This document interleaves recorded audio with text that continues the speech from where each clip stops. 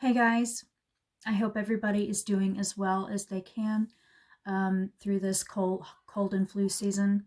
Um, the message that's wanting to come forth today in this video is strongly about commitment. And I want to put forth a question to you. And this is something that has been very heavily developing in my life over the past year because I've had to reanalyze my commitments. I've had to mostly around the concept of self-love and putting myself first in order to serve the world the best. Um, it, I've had a pattern in my life of putting people on pedestals, of um, not putting myself first and thinking that everybody else is more important, which other people are important. That is not my message. But what is important is that in order to serve humanity, in order to be a light worker, you have to have self-care, and it's not just the body.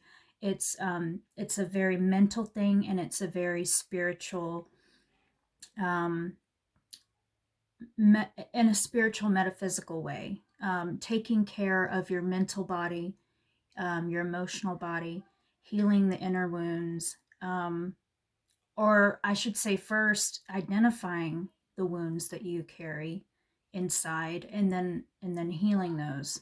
And so what I've realized over this past year is that I have always been more committed to everything outside of myself, other people, what people think of me, um, how I personify myself, all of these things, thinking that someone else's um,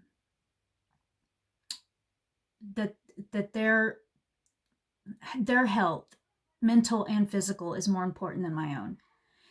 And so it's the little ways that I've been really altering the way that I conduct my everyday life. I've been um, fixing up my space, like my kitchen and my room, in a way that really reflects who I am, and it makes me feel like I have a sanctuary, and it's beautiful. I mean, it's just the little ways like that. And then taking better care of my body. The first thing I do in the morning now, instead of making breakfast for my son and my husband, is um, I will take care of myself first. I will make sure that my supplements are put out, so I remember to take them. I will do my lemon juice and my tea, and my I have a bunch of different breakfasts that I do just depending on what I'm craving in the morning, but they're all healthy. And so I get all the stuff out and I just prepare it for myself, and then I make them their breakfast. And that's not being selfish, because it's still early in the morning and most of the time they're still asleep when I'm doing this anyway. So it's little things like that. Like, what are you committed to? Are you committed to your own inner growth and your own nurturing process, or are you neglecting yourself? Are you not um, taking care of yourself, nurturing yourself, growing yourself? Um, and then another way that I found that I wasn't committed to is, and I was all over the place with it, still kind of am, but I'm honing down and I'm getting more discipline in this area, is my commitment to my creativity. Um, all of us come in with gifts, and they're unique in nature. They're unique in nature, and all of us have a certain thing that we came in to give to the world, and a light that we were meant to give to the world. That's why you have a certain drawing to something, whether it's the arts, or whether it's sports, or whether it's in your professional line of work, whether it's just being a stay-at-home mother, stay-at-home father, um, or any profession. I mean, there's this draw in your heart. And a lot of us, what we do is we push it away because we're afraid. We are taught well, when we're young, we're taught, oh, you can be whatever you want, you know, this kind of a bullshit thing that most people, adults say to kids because they don't really mean it. Because then when you get older, most of the adults expect the kids to um, belly up and do something that they really don't want to do, but it's going to bring in a good income and all that stuff. And so the creativity thing is pushed to the side. And so my question to you guys is, what is your commitment? What is your commitment? How are you going to change things this year? No, you don't have to quit your job, and I suggest that you don't. You do have to survive here. But what I'm saying is that, so I'll give you, so in my own life, what I did a few days ago is I lit some candles and I did a ceremony. I did a ceremony to my own commitment. I did a ceremony that would really solidify my partnership with the creativity that wants to flow through me, with God who wants to flow through me. And this is going to be through several different areas. It's not going to just be through coaching or writing or dancing. It's whatever wants to flow through me is what's going to flow through me. And whether that's, even if it's teaching, if I end up doing a part-time teaching job or something, I really, with all of my heart, with all of my being, when I did that ceremony, it felt so good to just finally have the clarity that I was committed to something that I was sure of. And also the self-love that came into it, which it had never really been there before. Not really. I mean, a little bit. I'd always been into nutrition. I had always been into self-development. But the real consciousness of it, the real clarity around it was there this time. And it's this year has been, or so far, and last, the second half of last year has been really clarifying for me and really healing for me, and has really propelled me into this state where I know who, or at least I feel like I know who I am and what I want. And it's a slow progression because you do have to take it one step at a time, but it does get there. And so my commitment is to staying loyal and faithful. It's like a marriage contract, is staying loyal to the creativity when it wants to flow, when God wants to flow through me, when the divine wants to flow through me and deliver a message, or reach out to someone, or to create my writing work, or to do a dance video, or to with my relationships with my son, with my friends, with my family, doing whatever it is. And we all do this to a certain extent, follow our hearts to a certain extent, but what I'm talking about is the radical way of really breaking loose from the confines of society and what the society tells you should do, which is be a worker ant, pay your bills, eat, sleep, and do it all over again the next day. You're supposed to be a robot. And that is not that is not what is being created on this world at this time. It's falling away. All of that is falling away, slowly but surely. I believe that we are capable, and it is in progress, I believe that, but we are capable of creating a society of people who are breaking out of the slavery program, the limited mentality programming. Slowly but surely, each one of us, and we're all light workers in our own way. All of us light workers are breaking out slowly but surely and shining our light. And the more that you can just have this mentality, and just to know that you do not need permission slips from other people, you do not need to people please anymore. You need to just focus on healing inside and taking care of the body, taking care of yourself, your mental health, all of that, what are you committed to? Are you committed to doing things the old way and being miserable? Or are you committed to yourself and committed to, because being committed to yourself first is going to allow you to serve humanity.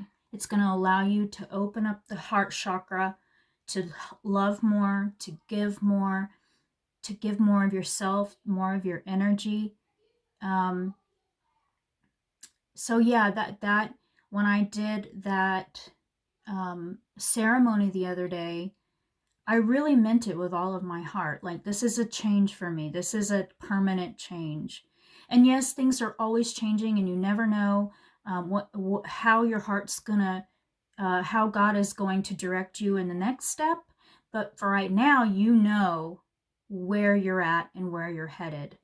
And for me, I made a commitment, a vow, a serious vow to myself that I wasn't going to care anymore about what other people think, that I wasn't going to listen to my ego brain, you know, that nagging voice in your head that's always putting you down and making you feel shitty about yourself, that I wasn't going to let my limited belief systems about who I think I am and what I'm capable of stop me. And I still have a long ways to go in that, because there's a lot of things that I am still very much afraid of. So it's going to be a work in progress, and we always are a work in progress in our lives. So my commitment, and I wrote these down: creativity, allowing source, the divine energy, my highest self, to work through me in whatever way it wants to express itself. Following my heart, listening to the voice in my heart, not the voice in my head, the ego, negative mind chatter, but listening to my intuition. What is my heart telling me? Which is the divine speaking through you anyway. To never stop learning and growing. I have a hunger for it, and I always have, even when I was religious back in middle and high school. I've always really relished and cherished the learning and growing spiritual aspects of life, and the self-help development world. I've always cherished that stuff, and I always will. And so my commitment is definitely to that. I found myself, without even hesitating, within the past, I would say 6 to 8 months, instead of, I still do watch my funny shows sometimes or whatever, but I don't do a lot of TV anymore. I do less movie nights. I'm more so focused on, okay, how can I turn on my Audible and listen to it while I do dishes or cook dinner, or fold laundry. I read first thing in the morning and then do my prayer time, and sometimes meditation. Well, a lot of times meditation, but not every day. It's, I crave it. But I think the reason that I crave it is because it makes me feel so good, and because it propels me forward and gets me unstuck out of those stuck places that I feel like I'm stuck in my life. So yeah, I'm married to my commitment. I made that vow a few days ago, and I just want to really hold myself to that. I have a support system that is holding me to that, and I don't want to go backwards. And yes, sometimes we will briefly go backwards, but if the desire and the love for growth and expansion and the hunger for expansion is really there, then it's really going to, you're going to keep going. There's always setbacks in life. That's unrealistic to think that you're just going to go, it's one step at a time, and you are going to have pitfalls here and there, but you just keep going. You forgive yourself. That's what forgiveness practice is for. That's what the Course in Miracles is about. Forgiving yourself, forgiving others, learning how to have compassion, hold the space for yourself and others, and just keep going. Just keep going. So, what are you committed to? Stop being committed to things that are not feeding your soul and that are helping the world. I know that's blunt, but I say that with love, and I say that with unconditional love, because what it is it's I don't like to ever sound judgmental towards people, but what I'm saying is that you're not serving yourself, and you're not serving other people by feeding the negativity, by feeding other people's whims and their ego desires, by overworking yourself, stressing yourself out when you don't need to, all of these things. And I realize life is life, and we are going to get stressed at times. We are going to have people nipping at our heels at times. We are going to have realistic things happening, health issues, stuff like that. But if we can really be committed to ourselves this year, to nurturing ourselves so that we can better nurture the world, and how we perform in this world is of utmost importance. So I hope that was very helpful for a lot of you, and I love you very much, and I will talk to you soon. Bye.